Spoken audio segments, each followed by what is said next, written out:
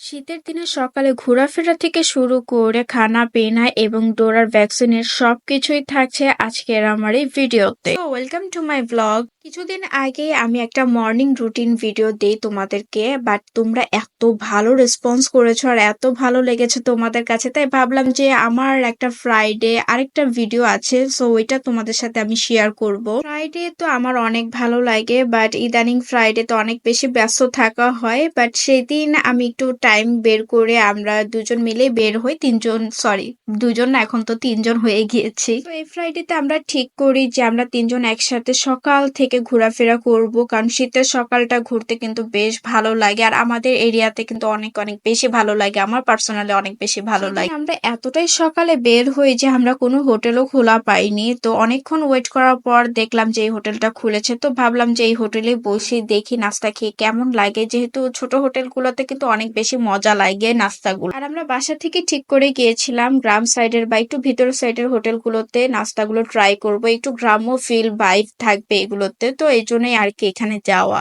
আর এই মামাটাও বলছিল তার নাকি একটা স্পেশাল ডিম ভাজা আছে, যেটা ডাল ভাজি আর কি কি যেন মিক্স করে সে স্পেশালি বানায়, তো আমরা বললাম যে হ্যাঁ ঠিক আছে। আমরা নিলাম একটা ডিম পোচ, ডিম ভাজা আর তার স্পেশাল একটা ডিম ভাজি বা ডিম ভাজা দিয়ে কিভাবে যেন বানায়, এটার এক্সাক্ট নাম আমারও জানা নেই, বাট তার নাকি এটা স্পেশাল সিগনেচার একটা ডিশ। তো আমরা খেয়ে দেখলাম ভালোই লেগেছে আমাদের কাছে। সকালের নাস্তাটা শেষ করে ঘোরাফেরা করে একটু দেখছিলাম আশেপাশের জায়গাটা, এত ভালো লাগছিল, চারিদিকে একটা নিরিবিলি পরিবেশ ছিল আর এত শান্ত একটা পরিবেশে হাঁটাহাঁটি করতেও কিন্তু অনেক বেশি ভালো লাগছিল। ব্রেকফাস্ট শেষ করে সুইট খাওয়ার অনেক ক্রেভিংস হচ্ছিল, তাই এখানকার একটা ফেমাস ওই দোকান থেকে আমরা এই মিষ্টিগুলো নিয়ে নিচ্ছিলাম, পছন্দ করেই নিচ্ছিলাম। খানাপিনা শেষ করে ঘোরাঘুরি শেষ করে আমরা এখন বাসায় যাওয়ার উদ্দেশ্যে রওনা দিয়ে দিলাম। আর বাসায় যেতে যেতে এত সুন্দর, মার্শাল্লাহ এত সুন্দর একটা ভিউ পাচ্ছিলাম, দেখেই মনটা শান্তি হয়ে যাচ্ছিল আর মনটা এত ফ্রেশ লাগছিল। বাসায় এসে ঝটপট রান্নাটাও বসিয়ে দিলাম। আমাদের ডিনারটা বাইরে করার প্ল্যান ছিল, দ্যাটস ওয়াই আমি বাসায় শুধু লাঞ্চ করার জন্য যে যতটুকু প্রয়োজন রান্না করা ততটুকুই রান্না করেছিলাম। যেহেতু ডিনারটা বাহিরেই করা হবে, তাই লাঞ্চ আইটেমে আমি অত ভারী কিছু রান্না করিনি। লাঞ্চ শেষ করে ঝটপট রেডি হয়ে গেলাম, রেডি হয়ে একটু মিররের সামনে ঢং তো করতেই হয়, আর আমরা মেয়েরা কিন্তু রেডি হওয়ার পরও 100 বার মিররের দিকেই তাকিয়ে থাকে, যেন আমাদের এত ভালো লাগে, বাট ক্যামেরাতে না অতটা ভালোও লাগে না। এটা তোমরা নিজেরাও খেয়াল করে দেখো, মিররে আমাদের যতটা ভালো লাগে দেখতে, এইটা কিন্তু ক্যামেরা অতটা ভালো দেখাও যায় না। রেডি হতে যতটা না সময় লাগে মিররের দিকে তাকিয়ে থাকতে তার থেকে বেশি সময় লাগে, মেইনলি এই কারণে আমার সব জায়গায় যেতে লেট হয়ে যায়। সেদিন আমাদের বাসার সামনে ভিউটা অনেক সুন্দর ছিল, আকাশটা কি সুন্দর তাই না? সো সেদিন আমরা রিক্সা ট্রাভেলিং করতে করতেই চলে যাই শনি আকরা শপিং করতে, আর শপিং বলতে খুঁটিনাটি আর কি শপিং, খুচরা শপিং যেটাকে বলে। বাট সেদিন আমার আনফরচুনেটলি কোনো কিছুই ভালো লাগেনি, তাই শপিং ছাড়াই আমি বের হয়ে শপিং মল থেকে বের হতেই দেখলাম খুব মজাদার পিঠার দোকান ছিল, কয়েকটা দোকানে ছিল, তার মধ্যে একটা দোকানে আমরা চলে যাই যেটাতে ভিড় একটু কম ছিল, তাও অনেকটা ভিড়ই ছিল বলা যায়। শীতের দিনে গরম গরম পিঠা খেতে বেশ ভালো লাগে আমাদের সবারই। অনেকক্ষণ সিরিয়ালে থাকার পর আমরা আমাদের পছন্দ মতো পিঠাটাও পেয়ে গেলাম। আমার পার্সোনালি অনেক বেশি ভালো লাগে পাটিসাপটা আর ভাপা পিঠা। তোমাদের কার কোন পিঠা ভালো লাগে অবশ্যই কমেন্ট সেকশন আমাকে জানাবে। তাদের দোকানটার ভিতরে যে দেখলাম পিঠা বানানোর জন্য এতগুলো কড়াই রাখা, আমি হলো তো কবে কনফিউজড হয়ে গেতাম যে কোন পাতিলে আমি কোন পিঠাটা রাখলাম বা কিভাবে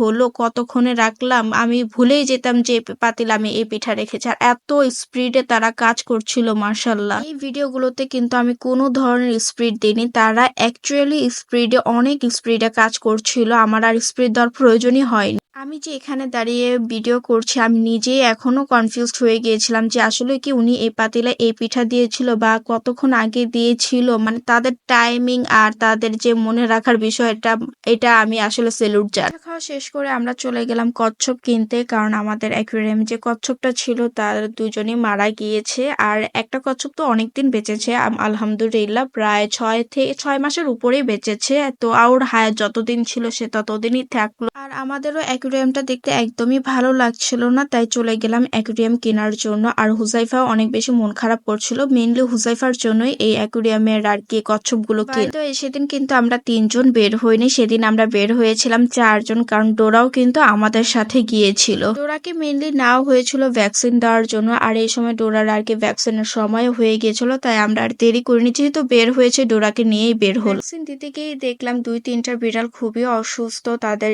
এরকম শীতের মধ্যে ঠান্ডা জ্বর কাশি এরকম হয়েছে। তো আমি আর ভয় ডোরাকে বাস্কেট থেকেই বের করি। যখন ডোরার সিরিয়াল নাম্বার আসলো তখনই জাস্ট ডোরাকে নিয়ে বের করলাম আর তাকে ভ্যাকসিনটা দেওয়ালাম। আর আমার ডোরা কিন্তু অনেক অনেক বেশি শান্ত, দেখতেই পারছো, বাট ভ্যাকসিন দেওয়ার পর সে এত অ্যাংরি বার্ড হয়ে যাবে বা অ্যাংরি ক্যাট বলা যায়। পরে তোমরা দেখতে পারবে ও যে এত বেশি রাগ হয়ে যাবে আমরা নিজেরাও ভাবতে পারিনি। ও কিন্তু অনেক শান্ত, আর ওকে যতই আর কি দূর দূর করো না কেন ও কিন্তু একদম শান্তভাবে বসে থাকে। বাট এই ভাইয়াটা ভ্যাকসিন দেওয়ার পর ওকে আর কি কামড় দেওয়ার জন্য আমার ডোরা একদম ছটপট লেগে গেল।